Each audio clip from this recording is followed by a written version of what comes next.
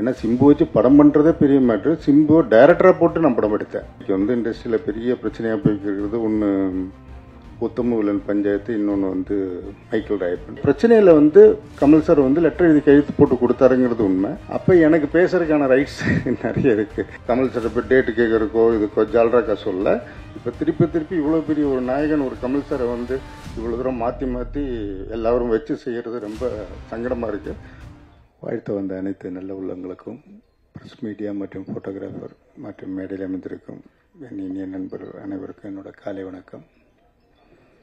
போகும் இடம் வெகு தூரம் இல்லை என்ற டைட்டில் ரொம்ப கேச்சிங்காக இருக்குது. இந்த படத்தோட எனக்கு என்ன சம்மந்தம் அப்படின்னா, அவர் மைக்கேல் எங்கிட்ட தான் இந்த ஒரு கல்கின்னு ஒருத்தர் நம்ம குரங்கு பொம்மையில் எங்கூட நடித்தார். அவர் எங்கிட்ட ஏதாவது நல்ல ஸ்கிரிப்ட் கேட்டால் சொல்லு அப்படின்னு சொன்னேன். என்கிட்ட ஸ்கிரிப்ட் சொன்னார். உண்மையிலே இந்த கதையை நான் மைக்கேல் சொன்னதோட ஜாஸ்தி நான் இன்ட்ரெஸ்டில் சொல்லியிருக்கேன். அத்தனை பேர்கிட்ட நான் இந்த கதையை சொல்லியிருக்கேன். ரொம்ப அருமையான அற்புதமான ஒரு ஸ்கிரிப்ட். நான் ப்ரொடியூஸ் பண்ணலான்னு நினச்சேன். சந்தர்ப்ப சூழ்நிலை சரியாக வரல. அவர் பண்ணுறாங்க. இது கருணாவுக்கு ஒரு நாள் ஃபோன் பண்ணி சொன்னேன், இப்படி ஒரு ரொம்ப எக்ஸ்ட்ரானரியாக இருக்குன்னு. உடனே அண்ணா நீங்கள் அவ்வளோ ஈஸியாக சொல்ல மாட்டீங்களா, கொஞ்சம் அனுப்புங்கன்னாரு. உடனே நம்ம மைக்கில் அனுப்பிச்சி விட்டேன். அன்றைக்கே ஃப்ளைட் டிக்கெட் போட்டு கருணா உடனே சிவகங்கைக்கு அனுப்பிச்சு நைட்டு கதையை கேட்டு நைட்டே கருணா ஃபோன் பண்ணி சூப்பர் ஸ்கிரிப்ட்னு அப்படின்னாரு. நிச்சயமாக அந்த கதை கருணாஸுக்கும் விமலுக்கும் இல்லை டைரக்டருக்கும் டெக்னீஷியனும் ஒவ்வொருத்தருக்கும் இந்த படம் ஒரு பெரிய பேர் வாங்கி கொடுக்குங்கள எந்த வித மாற்று கருத்தும் இல்லை. ஏன்னா இந்த படத்தோட கிளைமேக்ஸ் கொஞ்சம் கூட எதிர்பார்க்கவே முடியாது. நான் இதே மாதிரி தான் பேரன்பு படம் எடுக்கும், வர்ற போறோட்டெல்லாம் கதையை சொல்லுவேன். இந்த படத்தும் வர்ற போறோட்டெல்லாம் கதை சொல்லி இல்லை. நீ என் நண்பர் அத்தனை பேருக்கும் சப்ஜெக்ட் சொல்லியிருக்கேன், கிளைமேக்ஸ் சொன்னதில்லை. இந்த படத்தோட ஹைலைட்டே அந்த கிளைமேக்ஸ் தான். நிச்சயமாக யாருமே எதிர்பார்க்க முடியாத ஒரு விதத்தில் ஒரு கிளைமேக்ஸாக இருக்கும். நிச்சயமாக அந்த படம் ஒரு பெரிய லெவலில் வெற்றியாகுங்கிறதுல எந்த வித டவுட்டும் கிடையாது. நிச்சயமாக அந்த ப்ரொடியூசருக்கு ஒரு நல்ல ஒரு படமாக எடுத்து மைக்கேல் மாதிரி நிறைய பேரை இன்ட்ரடியூஸ் பண்ணுங்கிறத மனசில் வாழ்த்துக்கிறேன். அப்புறம் நான் இன்னொன்று சொல்கிறேன். இன்றைக்கி இண்டஸ்ட்ரியில் பெரிய பிரச்சனையாக போய்க்கிறது ஒன்று உத்தம வில்லன் பஞ்சாயத்து, இன்னொன்று மைக்கேல் ராயப்பன். ஏன்னா இது ரெண்டு ஹீரோவும் வச்சு நான் படம் பண்ணியிருக்கேன். சிம்பு வச்சு வல்லவன் படம் பண்ணேன். ஏன்னா சிம்பு வச்சு படம் பண்ணுறதே பெரிய மேட்ரு. சிம்பு டைரக்டராக போட்டு நான் படம் எடுத்தேன்.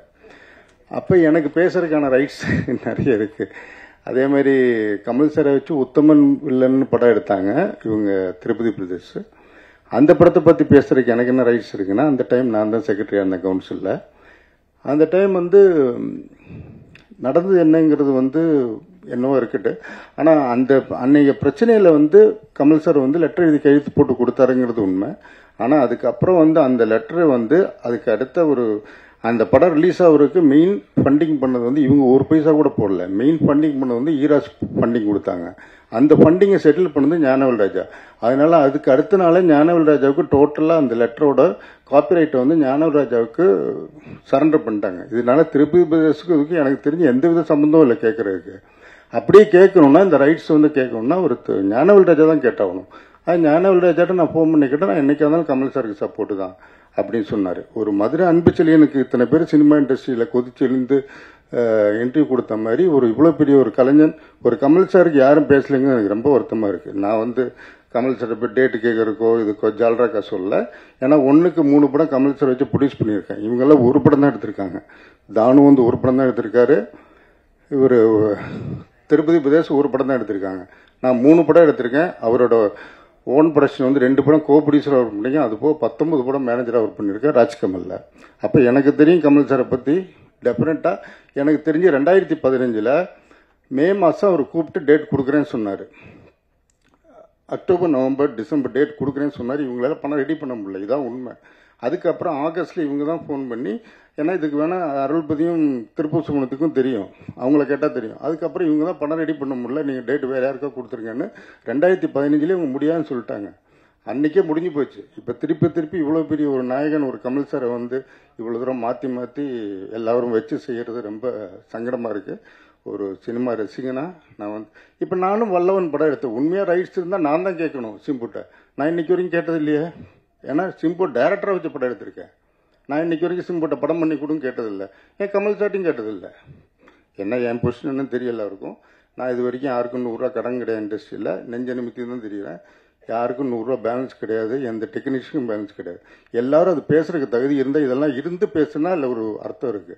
அப்போ இண்டஸ்ட்ரியில் இவ்வளோ தூரம் பேலன்ஸ் வச்சிருக்கவங்க பேசுனா எல்லாருக்கும் செட்டில் பண்ணிட்டு பேசுங்க. அதை இதான் என்னோட தாய்மான கருத்து. நன்றி, வணக்கம்.